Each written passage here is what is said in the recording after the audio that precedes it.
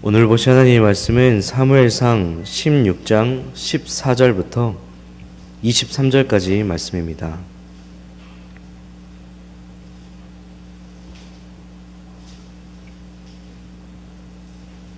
제가 가진 성경으로 구약 성경 435쪽에 있습니다.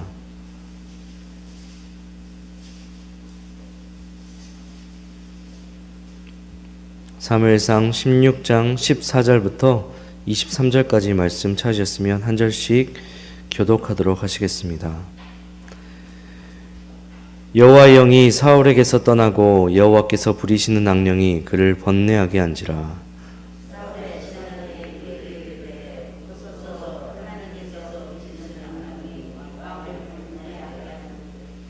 원하건대 우리 주께서는 당신 앞에서 모시는 신하들에게 명령하여 수금을 잘 타는 사람을 구하게 하소서.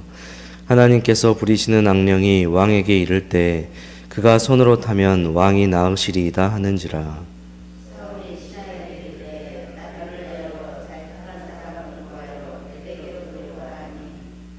소년 중 한 사람이 대답하여 이르되 내가 베들레헴 사람 이새의 아들을 본즉 수금을 탈 줄 알고 용기와 무용과 구변이 있는 준수한 자라.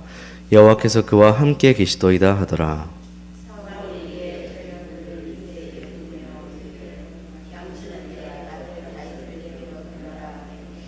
이새가 떡과 한 가죽 부대의 포도주와 염소 새끼를 나귀에 실리고 그의 아들 다윗을 시켜 사울에게 보내니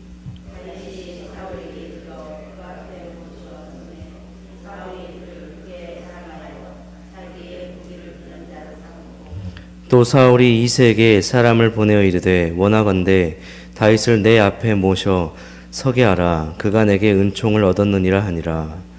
하나님께서 부리시는 악령이 사울에게 이를 때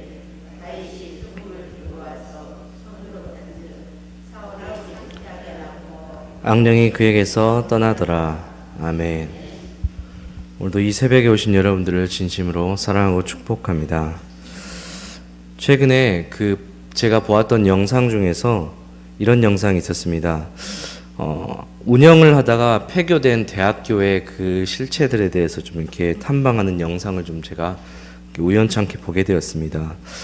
전라도권에 있는 대학교들도 상당수 대학교들이 운영을 하다가 운영 부실로 인해서 폐교가 된 학교들입니다. 그 학교에 있는 과들을 보니까 미래항공과, 호텔, 조리제과 제빵, 레저생활 체육 등 그 당시에는 나름 꽤 전망 있는 그런 학과들이었습니다. 그래서 학생 모집도 실제로 잘 되었다고 합니다. 근데 갑자기 학교를 이렇게 운영을 하다가 어느 순간 그 학교가 부실학교로 이렇게 선정이 돼서 폐교가 되었다고 합니다. 알고 보니까 그 안에 학교 안에 심각한 비리가 있었기 때문에 그 좋은 과들이 있었고 학생들이 많이 있었음에도 불구하고 한순간에 학교가 폐교가 되었다는 것이 그 영상에서 말하는 핵심이었습니다. 교육부의 감사로 심각한 비리가 드러났고 교육부의 재정 지원이 완전히 끊겨버렸습니다. 그러면서 심각한 운영난에 결국 학교를 폐교하게 되었다는 것이죠. 당시에 학교 입장에서도 마찬가지겠지만 우리 학생들 입장에서는 너무나 황당했을 것입니다. 왜냐하면 대학생들은 보통 이렇게 그 자신이 원하는 과를 선택을 해서 그곳에서 이제 앞으로의 진로를 준비하는 그 입장에서 열심히 공부를 하고 있는 학생들인데 하루아침에 학교가 운영 부실이 되어서 폐교가 되었다고 하니까 그 아이들 입장에서는, 그 학생들 입장에서는 갑자기 한순간에 오갈 데도 없는 낙동강 오리알 신세가 되어버린 것이죠. 그래서 당시 학교를 다녔던 학생들은 하루아침에 내가 다니는 학교가 없어지고 그동안 공부했던 모든 과정들이 무효화 처리가 되면서 급하게 인근 대학으로 편입을 하거나 아예 이때까지 공부했던 학사 과정을 포기한 그런 굉장히 안타까운 일이 있었다고 합니다. 학생들을 꿈꾸게 하는 대학이 내부의 썩은 비리로 인해서 결국 학생들의 꿈을 빼앗아가게 되었습니다. 겉은 멀쩡해도 속은 썩어 있으면 결국 무너지게 될 수밖에 없다는 것이 그 영상이 저에게 주는 교훈이었던 것 같습니다. 근데 그 영상을 보면서 사람도 마찬가지다라는 좀 생각을 해보았습니다. 몸은 멀쩡해도 영혼이 썩어 있으면 결국 무너질 수밖에 없다는 것이죠. 오늘 본문에 등장한 사울의 영혼도 마찬가지였습니다. 몸은 멀쩡했지만 그의 영혼은 지금 썩어 있었습니다. 이제는 과거 하나님께 기름 부음을 받은 왕으로서 영광스러운 모습을 유지하지 못하고 잃어버리며 사울은 시간이 가면 갈수록 계속해서 무너져 보고 그리고 퇴화되는 모습들이 계속적으로 말씀을 통해서 이제 확인할 수 있습니다. 오늘 말씀을 통해서 우리가 취해야 될 모습 그리고 취하지 말아야 될 모습이 무엇인지 조금 더 살펴보도록 하시겠습니다. 사무엘이 다윗에게 기름을 부었을 때 다윗이 여호와 영에 크게 감동되었다라고 13절에서 말합니다. 이전에 사울이 왕으로 기름 부음을 받았을 때 사울에게 여호와 영이 크게 임했던 것처럼 다윗에게도 이제 그 여호와의 영, 성령이 다윗이 기름 부음을 받은 그 순간 크게 임했다라고 13절에 지금 이야기를 하고 있는 것이죠.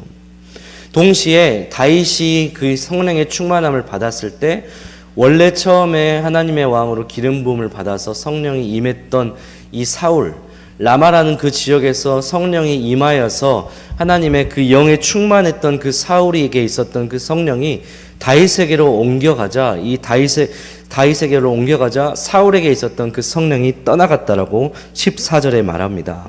여호와 영이 사울에게서 떠나고 여호와께서 부리시는 악령이 성령 대신 그를 번뇌하게 하였다라고 14절에서 이야기하는 것이죠.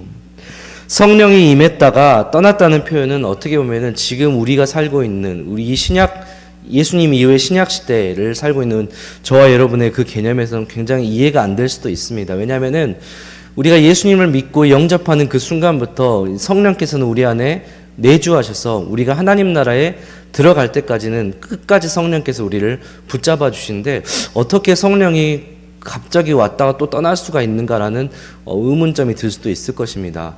그러나 그 당시는 구약시대였습니다. 구약시대에서였기 때문에 구약시대에서의 성령의 역할은 특별한 사역을 위해서 하나님께서 일시적으로 성령의 충만함, 성령의 능력을 주실 때가 있었습니다.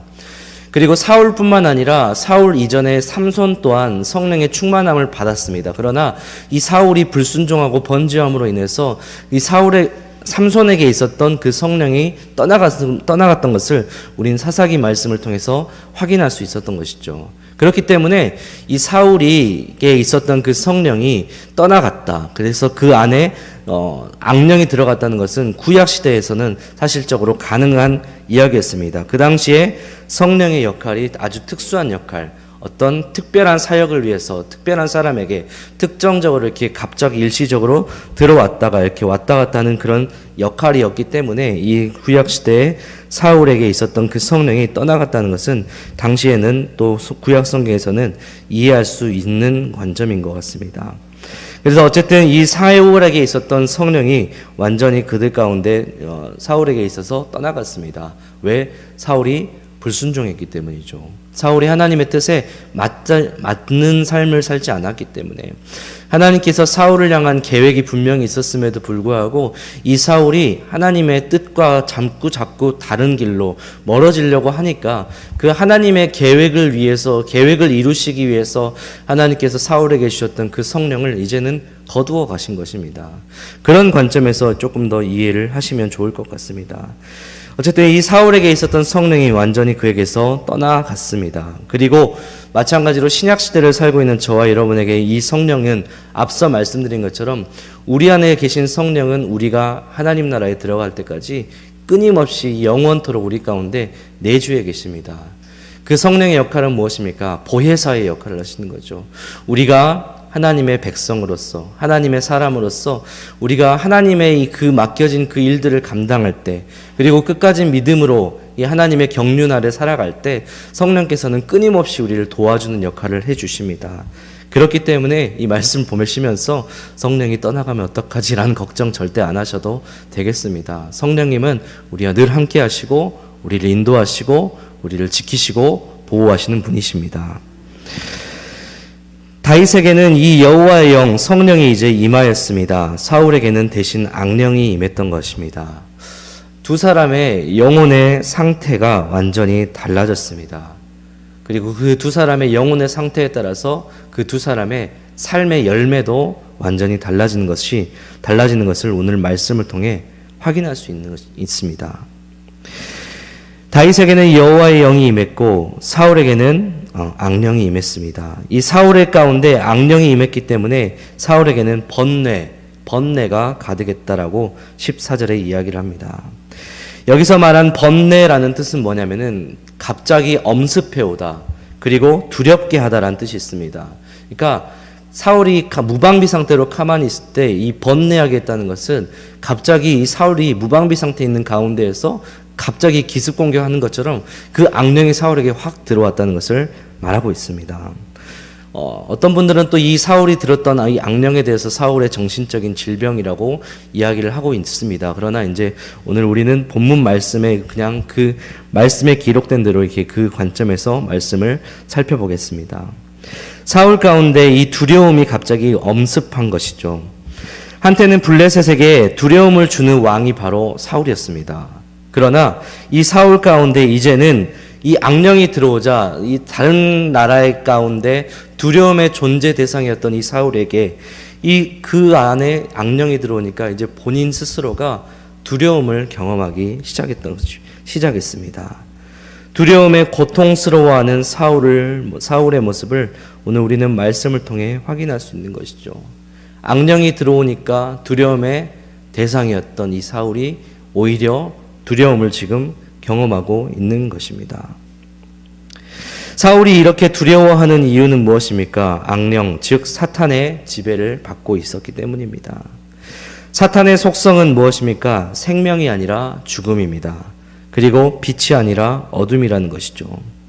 하나님께서 이 사탄에게 일시적으로 이 사울에게 임하는 것을 이렇게 허용했기 때문에 이 사울이 이 사탄의 그 악령의 번뇌 가운데 굉장히 고통스러워하고 있는 것을 우리는 말씀을 통해 확인할 수 있습니다.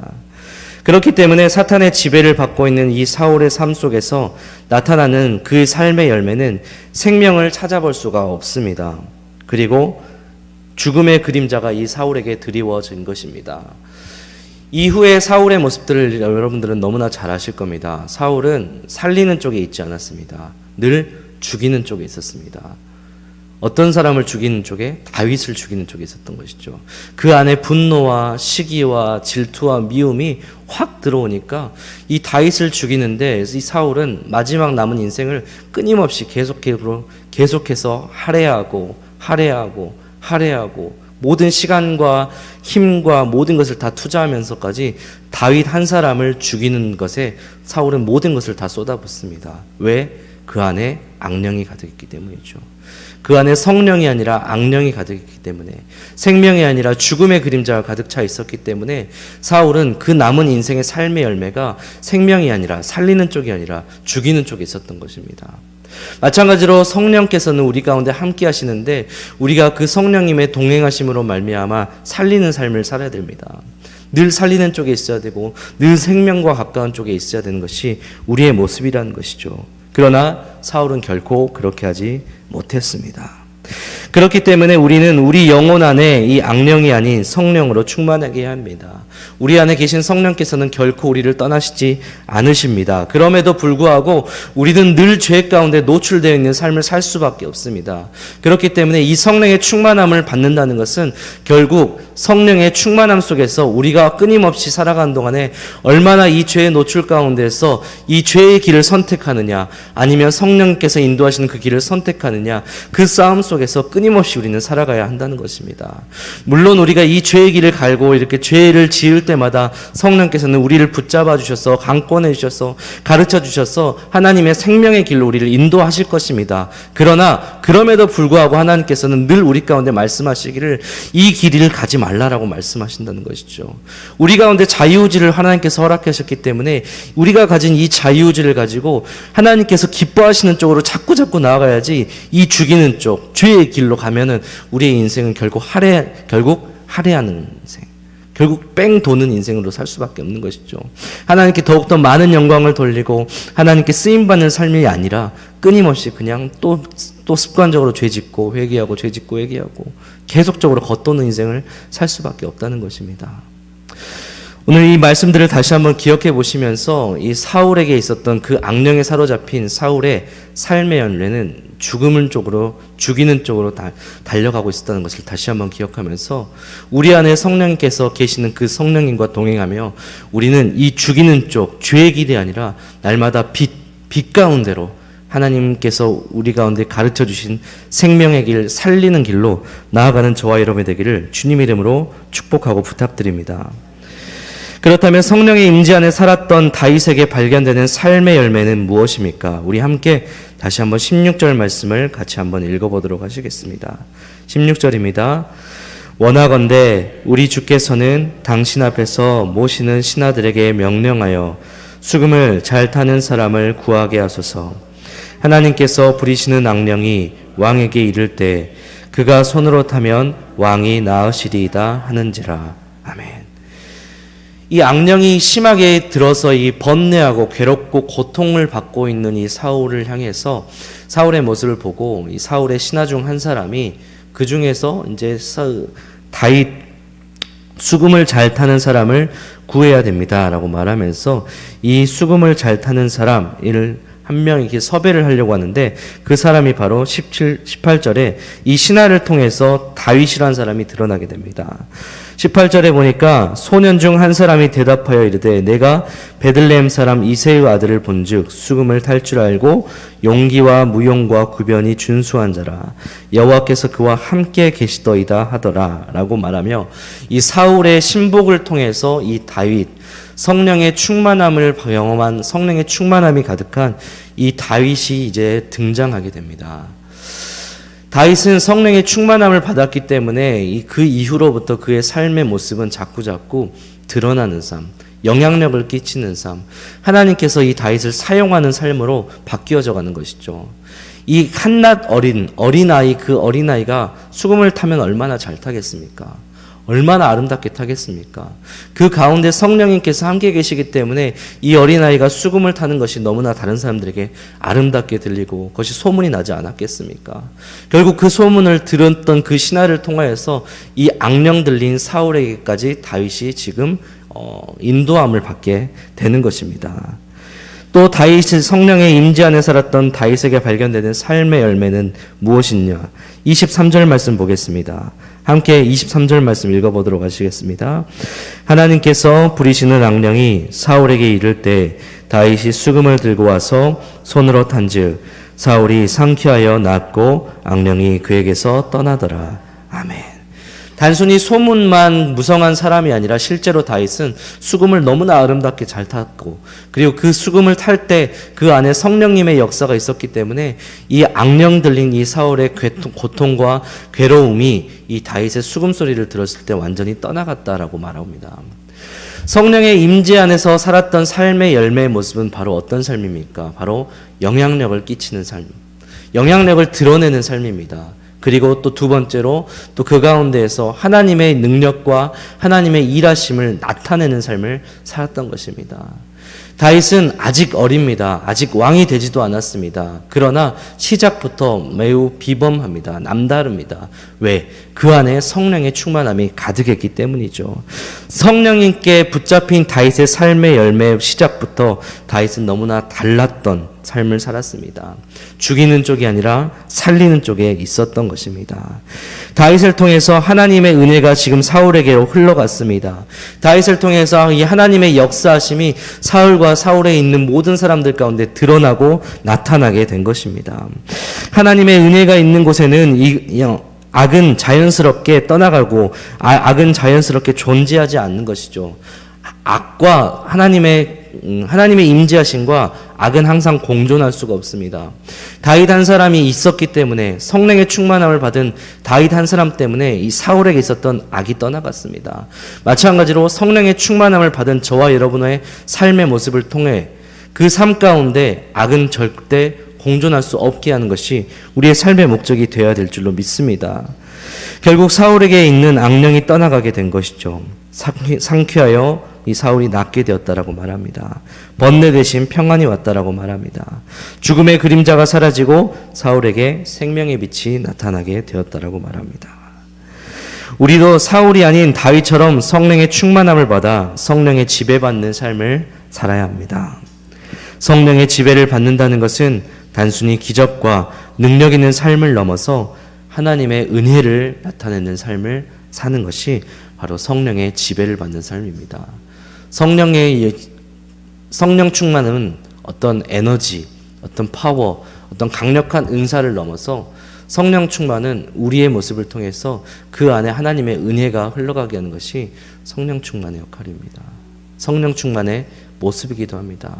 우리의 연약함 가운데 이 성령 충만한 모습으로 있을 때 예수 그리스도의 크심과 강하심이 드러나게 하는 것이 성령 충만의 모습이라는 것이죠. 지금도 내 안에 수시로 부정적이고 이 악한 생각들이 우리를 괴롭게 하고 찾아올 수도 있습니다. 그렇다고 해서 새가 우리의 머리 위에 둥지를 트게 해서는 안 되는 것처럼 우리는 이 악한 생각들이 우리의 마음 안에 주인 행세하도록 내버려 두어서는 안 된다는 것입니다. 그때마다 하나님의 은혜의 보좌 앞에 나아가시기를 바랍니다. 자꾸자꾸 죄 짓고 자꾸자꾸 우리를 괴롭게 하는 그런 생각 가운데 있을 때 우리가 해야 될 것은 단순합니다. 하나님의 은혜 앞에 나가야 합니다. 새가 우리의 머리 위에 둥지를 트게 그냥 내버려 둬서는 안 된다는 것이죠. 죄를 방치해서는 안 된다는 것입니다. 우리가 할 수 있는 것은 그저 그 죄를 가지고 그 악함을 가지고 하나님의 그 은혜의 자리에 나가야 됩니다. 그리고 성령의 지배를 받기를 간절히 사모해야 합니다. 기억하시기 바랍니다. 악령은 결코 하나님과 함께할 수 없습니다. 오늘 우리 여러분들의 삶 가운데 성령 충만함을 경험하면서 또 성령 충만함으로 말미암아서 죄와 상관없는 죄와 먼 삶을 사는 저와 여러분이 되시기를 다시 한번 주님의 이름으로 축복합니다.